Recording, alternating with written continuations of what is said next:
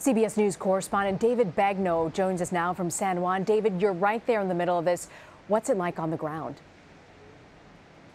Let me tell you what just happened a short time ago. We were with the governor of Puerto Rico as he went into a very vulnerable part of the area, just a suburb of San Juan.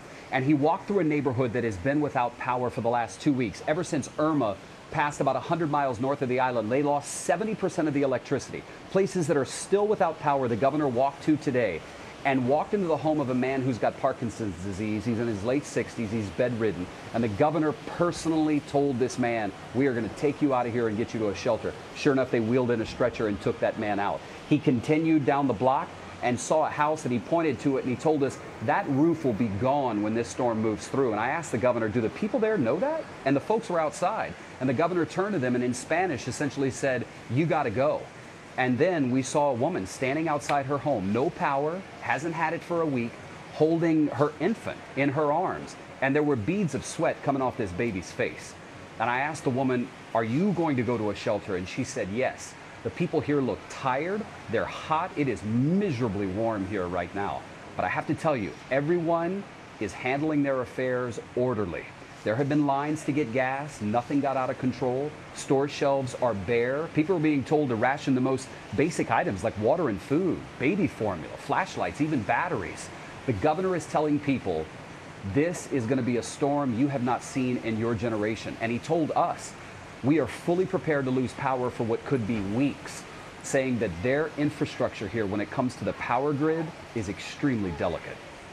David, the president, we know President Trump has declared a state of emergency there in Puerto Rico. What is the governor of Puerto Rico most concerned about right now?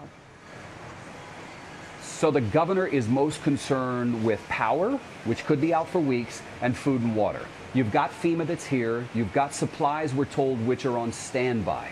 But, Rena, I got to tell you, it's hard to find water right now at a store if you're looking for it. In fact, it's hard to find anybody really on the street or on the beach behind me, okay? Most places are boarded up. It is very quiet around here.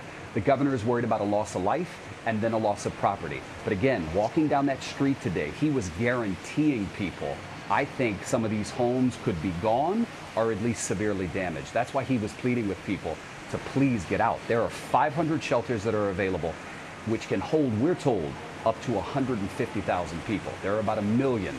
A little more than 1 million on this island. And this, we know, is the third hurricane in a row, David. How are you preparing for this personally? So my team and I, safety first, we're inside of a Marriott hotel, very sturdy. We have several rooms. We've been told that at the height of the storm, we may all be ordered to go downstairs into the lobby. All the doors are boarded up on the first floor and the second story.